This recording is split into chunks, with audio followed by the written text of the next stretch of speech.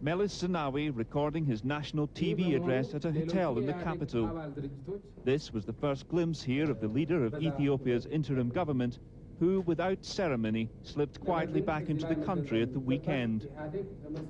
During his address, Melis stressed the need for unity to restore the country's economy, left in ruins, he said, by the previous government. Mr. Melis also justified the EPRDF's move into the capital during the London peace talks. He stressed it was their own decision, not the Americans.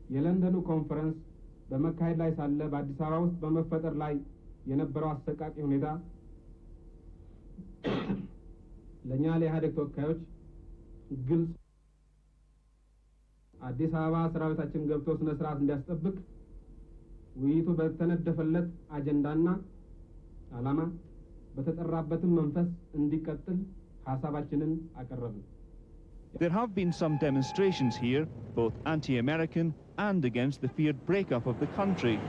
These have all but stopped. Still, some, like these university academics, while supporting the decision to restore order, believe that to achieve a lasting peace, there should have been greater consultation with opposition groups about the EPRDF takeover. We fear that it would drive other groups who feel that they have not been adequately consulted to go into the bush again, continue the process of violence. So between now and July, when talks resume on forming a democratic government here, Melis Zenawi faces the difficult task of persuading all the different peoples and parties that he's acting for the country as a whole. But he's already shown himself a skillful politician. One of his first tasks on arrival, to seek the backing of the international community.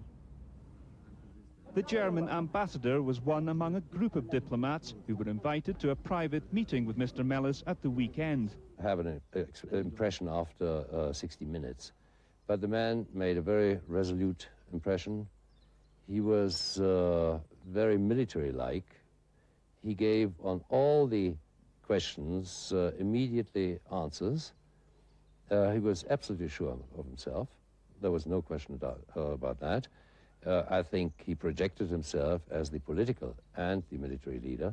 On the streets, the EPRDF troops remain vigilant, and a dusk to dawn curfew is still in force. 80% of these soldiers are Tigrayan, young men and women who've never lived in the city. Still, this unpaid peasant army has shown a discipline that would shame many a professional force. One of the big security problems are the huge numbers of guns in the city, estimated at some 70,000. People have begun handing them in at collection points around the capital. But while some give up their weapons, others are giving themselves up. It may not look like it, but this is a prison. Aptly, perhaps, it was previously the Institute of Political Education.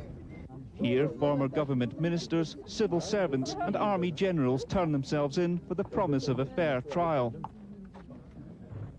Here, the party secretary of Eastern Shoa has come to give himself up. He claimed Mengistu hated him, and after years of unpopular postings around the country, he says he'll happily swap the life of a politician for that of a peasant. It was very hard. For 11 years, I didn't see my family. You know, I was running to 4 regions. So my children, my family, they were suffering the life. But Western diplomats are confident that under the new leader, the prisoners here will receive justice. Melis stresses it all the time that there will be no illegal courts, there will be Amnesty International or other organizations be invited to the trials, and it will be very difficult for him not to keep his word on this. This memorial to the Mengistu regime is due to be torn down by the new leader, just as the memorial to Haile Selassie was removed by Mengistu. Some believe this is just one more chapter in Ethiopia's turbulent political history. The challenge for the leadership now is to make it the start of a new era. Lindsay Taylor, ITN, Addis Ababa.